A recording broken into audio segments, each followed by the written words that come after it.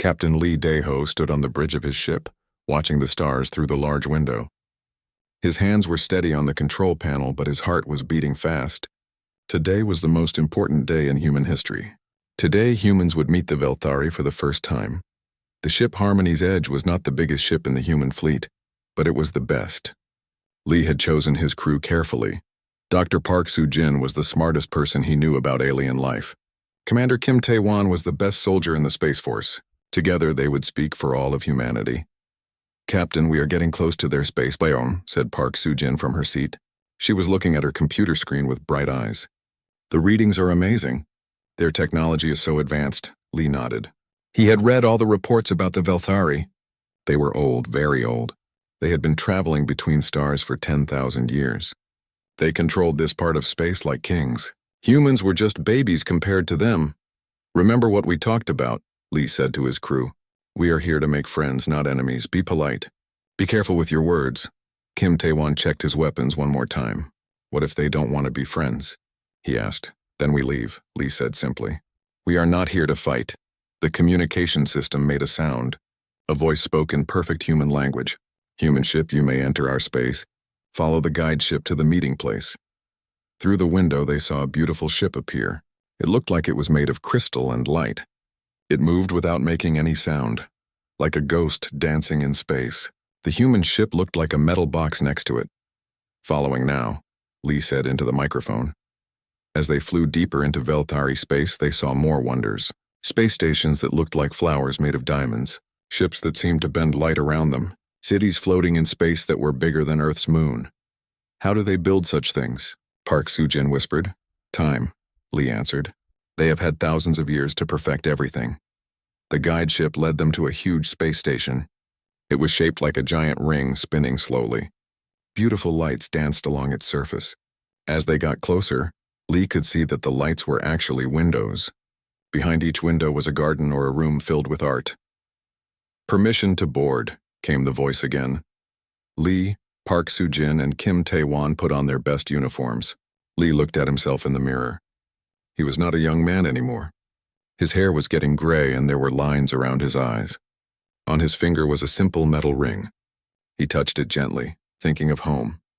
The airlock opened with a soft sound. The Velthari waiting area was beautiful beyond words. The walls seemed to be made of living crystal that changed colors. The air smelled like flowers after rain. Music played softly, but Lee could not see where it came from. Then she appeared. Elder Velthara Nix was tall and thin, with skin that looked like pale blue silk. Her eyes were silver and seemed to hold the wisdom of ages. She moved with grace like she was floating instead of walking. On her forehead was a crystal that pulsed with soft light. "Welcome, humans," she said. Her voice was like wind through trees. "I am Elder Nix. I speak for the Velthari in this matter." Lee stepped forward and bowed slightly. "I am Captain Lee Daeho. This is Dr. Park Soo-jin and Commander Kim Tae-won. We come in peace, hoping to learn from your great civilization." Elder Nix studied them with her ancient eyes. Lee felt like she could see into his soul. Her gaze stopped at his hand, looking at his wedding ring for a long moment. Her expression changed slightly, but Lee could not read what she was thinking. "You will stay here while we prepare," Elder Nix said. "Rest, eat. Tomorrow we begin." The humans were given rooms that were more beautiful than any palace on Earth. The beds were softer than clouds. The food tasted like nothing they had ever eaten before. But Lee could not sleep. He kept thinking about the way Elder Nix had looked at his ring. Park Soo-jin came to his room. "Captain, I have been reading about their culture," she said. "They do something called eternal bonding. When they choose a partner, they connect their minds forever with crystal implants. They can never be apart after that." "What happens if one dies?" Lee asked. "That's the strange part," Park Soo-jin said. "They don't really die the way we understand it. The crystals keep their consciousness alive in some way. Death doesn't end their bonds." Lee touched his ring again. "So they never lose each other." "Never," Park Soo-jin said. "They think relationships that end are wrong somehow. Like a broken machine." Lee thought about this as he tried to sleep. The Velthari had solved the problem of loss. They had found a way to love forever without pain. It should have made him happy to know such a thing was possible. Instead, it made him feel strange and empty. The next morning, Elder Nix came to get them personally. She led them through halls filled with art that seemed to move and breathe. Other Velthari watched them pass, their crystal implants glowing softly. Lee noticed that every Velthari had a crystal and they all pulsed at the same time like heartbeats synchronized. "Your ship is very practical," Elder Nick said as they walked. "We appreciate efficiency." "We build what we need," Lee replied. "Nothing more, nothing less. And your crew is small. Only 3 for such an important mission?" "Sometimes smaller is better," Kim Tae-wan said. "Easier to make decisions." Elder Nick stopped walking. "Decisions," she repeated. "Yes, I suppose you must make many decisions. Quick ones. Temporary ones." She looked at Lee's ring again. "Tell me, Captain, what is the purpose of that ornament you wear?" Lee looked down at his ring. Such a simple question, but something in her voice made it feel important. "It was my wife's ring," he said quietly. Elder Nix tilted her head. "Your wife's? But where is her matching crystal? Where is the connection?" "She died 2 years ago," Lee said. The words hung in the air like a bomb waiting to explode. Elder Nix stopped walking completely. Her silver eyes grew wide and the crystal on her forehead began to pulse faster. The other Velthari nearby heard Lee's words and started whispering to each other in their musical language. "What did you say?" Elder Nix asked slowly. Lee felt confused. "I said she died 2 years ago. My wife, Han So-young." Elder Nix stepped back like Lee had hit her. "Died? But you still wear her bonding symbol? How can this be?" Park Soo-jin moved closer to Lee. She could see that something was very wrong, but she did not understand what. "Captain, I think there might be a translation problem." Elder Nix shook her head. "No, the words are clear. But the meaning—" She touched her own crystal with shaking fingers. "Human, explain this impossibility. How can a bond die while you still live?" Lee was getting worried. The diplomatic mission was starting badly, and he did not know why. "I don't understand the question. People die. That's what happens to all living things, but the bond," Elder Nix said, her voice getting louder. "The eternal connection. How can you function with a broken bond? How are you not mad with pain?" Kim Tae-wan put his hand near his weapon. The other Velthari were moving closer and they did not look friendly. Their crystals were all pulsing fast now, like warning lights. Park Soo-jin stepped between Lee and Elder Nix. "Please let me explain. Humans don't have crystals like yours. When we marry, we make promises to each other, but we don't connect our minds." "Promises?" Elder Nix said the word like it tasted bad. "Temporary words? How can love exist without eternal bonding?" "It just does," Lee said simply. "We love each other while we can. When death comes, the love doesn't die, but the person does." Elder Nix made a sound like she was choking. She turned and spoke rapidly to the other Velthari in their own language. Lee heard the word human several times, and it did not sound good. "Elder Nix," Park Soo-jin said carefully, "may I ask about your own bonding?" Elder Nix turned back to them. Her face was very pale now. "I was bonded to Velthara Kix for 7,000 years. He died in an accident 300 years ago. "I'm sorry for your loss," Lee said. "Loss." Elder Nix laughed, but it was not a happy sound. "There is no loss. His consciousness lives in the crystal matrix. We still speak every day. We are still bonded. Death changes nothing for the Velthari." Lee felt a chill run down his back. "You mean he's still alive? In the crystal?" "His mind, yes. His knowledge, his personality, his love. All preserved forever."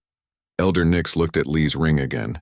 "But you carry a symbol of someone who is truly gone. Someone you can never speak to again. How do you bear such pain?" "The same way everyone does," Lee said. "One day at a time." Elder Nix was quiet for a long moment. Then she said, "Come, the council is waiting. But I warn you, human, what you have told me will be difficult for my people to understand." They walked through more beautiful halls, but now the atmosphere was different. The Velthari they passed stared at Lee with something that looked like fear or disgust.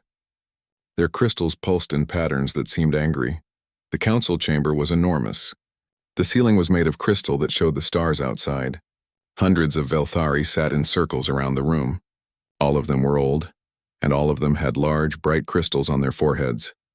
"These are the Eternal Council," Elder Nix said. "They have governed our people for 5,000 years. Some of them have been bonded for longer than your species has existed." An ancient Velthari with a crystal that sparkled like a star stood up. "I am First Counselor Velthara Zix. We welcome the humans to our space." Lee bowed. Thank you for this honor. We hope to build friendship between our peoples. Friendship, the first counselor said slowly. An interesting word. Tell us, humans, how do your people form bonds? Park Soo-jin looked at Lee nervously. This was the question they had been dreading. We have ceremonies called weddings. Two people promise to care for each other for as long as they live. As long as they live, repeated another counselor. And then? Then the promises end, Lee said. But the love remains in memory. The chamber erupted in sounds of shock and anger. Crystals flashed bright colors. Several counselors stood up and started shouting in their language. First Counselor Zix raised his hand for silence. You say your bonds are temporary? That you accept their ending? We accept that all things end, Lee said. That's what makes them precious. Madness, whispered a counselor.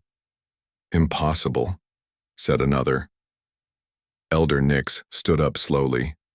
I have examined their ship, their technology, their behavior. They are not mad. They function normally despite this impossibility. How? Demanded the first counselor. How can beings function with broken bonds? How can they love knowing it will end? Lee touched his ring and thought of So-Young. Her smile, her laugh, the way she hummed while working. The pain of losing her had been terrible, but the love had been worth it. Because, Lee said quietly, loving someone for a short time is better than never loving them at all. The chamber fell completely silent. Every crystal in the room stopped pulsing at once. The Velthari stared at Lee like he had just said the sky was green. Elder Nix's crystal began to pulse in a new pattern, one Lee had never seen before. She was staring at him with an expression he could not read. We will take a recess, the first counselor announced. The council must discuss these revelations. As the Velthari filed out of the chamber, Elder Nix approached Lee. Human, she said. You have done something today that has never been done in our history. What's that? Lee asked. You have made us question everything we believe about love. Elder Nix walked quickly through the crystal halls toward her private chambers. Her mind was spinning like a broken machine. Behind her she could hear the urgent whispers of other Velthari discussing what the human had said. Some sounded angry. Others sounded scared. The humans had been taken to wait in a comfortable room while the council decided what to do next. But Elder Nix could not focus on politics right now. The human's words had broken something inside her head, and she needed to understand what. Her chambers were high in the station, with windows that looked out at the stars. The walls were covered with memory crystals that held 8,000 years of her life. But tonight those memories felt like lies. She activated her personal computer and spoke in her own language. Show me everything about human bonding practices. The computer made soft sounds as it searched. There is limited data. Humans appear to form pair bonds without neural connection. The bonds are terminated by death, distance, or mutual agreement. Terminated by death, Elder Nix repeated. The words felt strange in her mouth. In her language, there was no word for a bond ending at death because such a thing was impossible. Computer, show me human grief behavior. Images appeared in the air around her. Humans crying at funerals. Humans visiting graves. Humans wearing black clothes and sad faces. Elder Nix had seen similar behavior in young animals when separated from their mothers, but never in intelligent adults.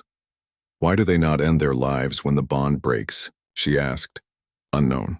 Human psychology suggests they experience pain but continue functioning. Some humans form new bonds after loss. Elder Nix felt dizzy. New bonds? After one ends? Affirmative.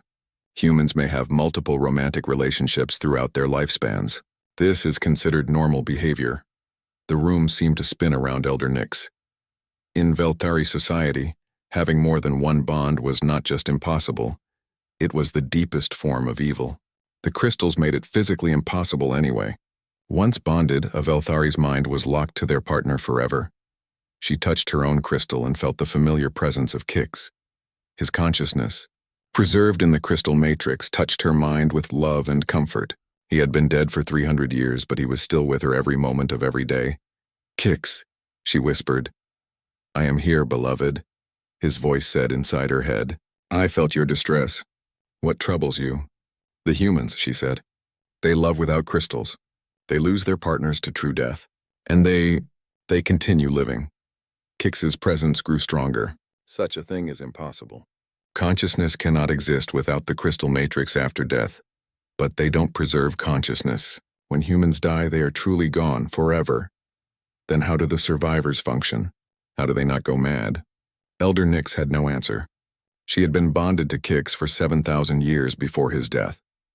Even with his consciousness preserved, his death had been the worst pain of her life. How could humans survive true loss, knowing their loved ones were completely gone? She called up more human data, stories, poems, songs about love and loss. The computer translated them, but the translations felt wrong. Humans wrote about grief like it was natural. They wrote about missing dead partners, but also about joy and hope and new love. One human poem made her crystal pulse strangely. Though you are gone, I carry you with me. Not in crystal or in wire, but in the choices that you helped me make, in the love you taught me how to give. Elder Nyx read it 3 times. The human who wrote it spoke of carrying a dead partner with them, but not literally. They meant something else, something her mind could not quite grasp. She opened a communication channel to the human ship. Captain Lee's face appeared on her screen. He looked tired. Elder Nyx, he said politely. How can I help you? I have been studying your species, she said. I need to understand. When your wife died, why did you not die with her? Lee was quiet for a moment. Because she wouldn't have wanted me to. Because I still had things to do. Because ending my life wouldn't bring her back. But the pain, how do you bear the pain of permanent separation? Lee touched his ring. The pain is part of the love.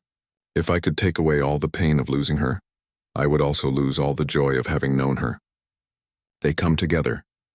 This is impossible, Elder Nyx said. Joy and pain cannot exist in the same place. They can, Lee said gently. I miss her every day. That hurts. But I also remember how much she loved me, and how much I loved her. That makes me happy. Both feelings are true at the same time. Elder Nyx's crystal pulsed frantically. In her mind, Kix was silent, trying to understand this paradox. How long did you know her? Elder Nyx asked. 15 years, Lee said. We met at the Space Academy. She was the best navigator in our class. 15 years, Elder Nyx whispered. Such a short time. She had been bonded to Kix for more than 400 times longer. And that was enough? Lee smiled, and for the first time, Elder Nyx saw something beautiful in human expression. It was perfect. Every day with her was a gift. I wouldn't trade those 15 years for anything, even knowing they would end, especially knowing they would end. If we had forever, maybe we would have wasted time. Maybe we wouldn't have noticed how precious each moment was. Elder Nyx closed the communication and sat in silence. Around her, the memory crystals pulsed with thousands of years of life with Kix. So much time, so many experiences. But had they truly valued each moment? Or had they become lazy with their eternal bond, taking forever for granted? She thought about the early years with Kix before the bonding ceremony. The excitement, the uncertainty, the joy of choosing each other every day. After the bonding, those feelings had been replaced with something else. Certainty, comfort, security, but not the breathless joy of choice. Kix, she said into her crystal. Yes, beloved. Do you remember when we chose each other? Before the bonding? Of course. You were so beautiful, so uncertain. I was afraid you would choose another. Why were you afraid? You knew I loved you. I don't remember. The fear seems strange now. We were always meant to be together. But Elder Nyx was beginning to remember something the crystal matrix had made her forget. The fear had not been strange. It had been exciting. Not knowing if her love would be returned had made every moment precious. The possibility of loss had made love feel powerful. She looked out at the stars and wondered what it would be like to love someone knowing that someday she would lose them completely. The thought terrified her. It also made her feel more alive than she had in centuries. The next morning, Elder Nyx did something she had never done before. She sent a private message to Captain Lee, asking him to meet her alone. Not in the council chambers or the diplomatic halls, but in her personal garden. The garden was Elder Nyx's most treasured place. She had been growing it for 3,000 years. Every plant, every flower, every tree had been chosen and placed by her own hands. The garden was eternal, like everything else in Veltari culture. The plants were genetically modified to live forever, never changing, never dying. When Captain Lee arrived, he stopped at the entrance and stared. This is incredible, he said softly. How long did it take to grow? 3,000 years, Elder Nyx said. Each plant is permanent. They will look exactly like this forever. Lee walked slowly through the paths, touching leaves and smelling flowers. It's beautiful, he said, but also a little sad. Sad? Elder Nix was confused. Why sad? There's no seasons, no change. On Earth, gardens are different every day. Flowers bloom and die, leaves change color, new things grow. The beauty is in the change. Elder Nix had never thought of change as beautiful. Change meant loss, and loss was the enemy of all Velthari. But watching Lee's face as he looked at her eternal garden, she began to wonder if she had missed something important. They sat on a bench made of living crystal that grew from the ground. Elder Nix had practiced what she wanted to say, but now the words felt difficult. Captain Lee, she began, I need to understand your kind of love. Last night I could not sleep. Your words about your wife have broken something in my mind. Lee turned to face her. What would you like to know? Everything, Elder Nix said. Tell me about her. Tell me about your love. Help me understand how you can be happy remembering someone who is gone forever. Lee was quiet for a moment, touching his ring. Then he began to speak. Her name was Han So-young. I met her on the first day of Space Academy. She was arguing with the instructor about navigation math, telling him his formula was wrong. She was right, of course. She was always right about space math. Elder Nix listened carefully. In her mind, she could feel Kix listening too. She was terrible at cooking, Lee continued, and his face lit up with a smile. The worst cook in the entire academy. But she would try anyway, and I would eat her burned food and tell her it was delicious. She knew I was lying, but she appreciated the lie. Why did she continue cooking if she was bad at it? Because she wanted to make me happy. And because she kept hoping she would get better. Hope was So-young's greatest strength and biggest weakness. Lee talked about their first mission together, exploring a dangerous asteroid field. So-young had navigated them through safely, but not before making jokes about death that terrified everyone else on the ship. She made jokes about dying, Elder Nix asked. So-young said that if you can't laugh at death, then death has already won. She wasn't afraid of dying because she was too busy living. Elder Nix tried to imagine this. In Velthari culture, death was never discussed, never joked about. It was the great enemy that they had defeated with their crystals. Tell me about the day you bonded, Elder Nix said. We had a wedding, Lee said. A ceremony where we promised to love each other for as long as we lived. Our families came, our friends came. So-young wore a white dress and flowers in her hair. I had never seen anything so beautiful. What did you promise? To love her, to support her, to be honest with her, to care for her when she was sick, to celebrate with her when she was happy, to choose her every day until death separated us. Choose her every day, Elder Nix repeated. You had to keep choosing? That's what love is, Lee said. A choice you make again and again. Some days it's easy, some days it's hard, but you keep choosing. Elder Nix thought about her bond with Kix. After the crystal bonding, there had been no more choosing. The bond simply existed, as permanent as gravity. What was your favorite thing about her? Elder Nix asked. Lee laughed softly. She hummed when she was working, badly. She couldn't carry a tune to save her life. But when I heard her humming, I knew she was happy, and that made me happy too. Does the humming live in your memory crystals? We don't have memory crystals. I just remember it here. Lee touched his head, then his heart. Sometimes I can almost hear it. Sometimes I can't. The memory fades a little more each year. That must be terrible, Elder Nix said. To lose even the memories. It's sad, Lee agreed. But it's also natural. If the memories stayed perfect forever, I might get stuck in the past. This way I keep the best parts and let the rest go. Elder Nix's crystal pulsed with confusion. How could losing memories be good? Tell me about when she died, Elder Nix said quietly. Lee's face grew sad. It was a mining accident on the moon of Kepler-7. A support beam collapsed. She was trapped for hours before the rescue team could reach her. I was on Earth, couldn't get there in time. You were not with her when she died? No, that's my biggest regret. She died alone, scared, probably calling my name. I should have been there. Elder Nix felt something she had never experienced before. It was like pain, but deeper. How do you live with such regret? The same way I live with the love, Lee said. I carry it with me. The regret reminds me to never waste time with the people I care about. The love reminds me that even though it ended, it was worth everything. But she is gone, completely gone. How can that be worth anything? Lee looked at Elder Nix with gentle eyes. Because she existed. Because for 15 years I got to know the most amazing person in the universe. Because she loved me back. Because we made each other happy. Death took her away from me, but it can't take away the fact that it happened. Elder Nix felt tears on her face, something that had not happened in centuries.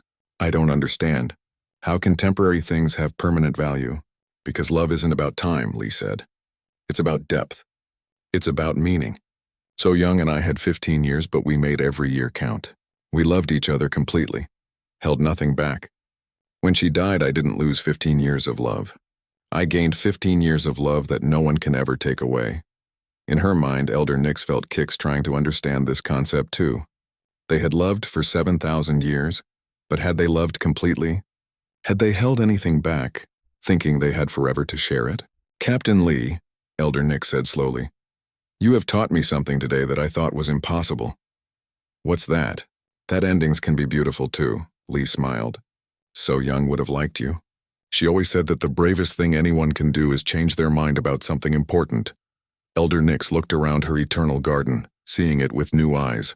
For the first time in 3,000 years, she wondered what it would look like if the flowers could bloom and die. If the seasons could change. If time could touch this place with its gentle hands. The thought still scared her. But it also filled her with something she had not felt in centuries. Wonder. Elder Nix returned to the council chamber a different being than the one who had left it. The other counselors were already seated, their crystals pulsing with agitation. Word of her private meeting with the human had spread, and many were angry. First Counselor Zik stood as she entered. Elder Nix, you have violated protocol by meeting with the alien alone. What did you discuss? Elder Nix walked to the center of the chamber and faced the assembled council. I discussed love, she said simply. A wave of shocked whispers rippled through the chamber. Several counselors stood up, their crystals flashing bright red. You spoke of sacred bonding practices with an unbonded alien, demanded Counselor Velthera Kix.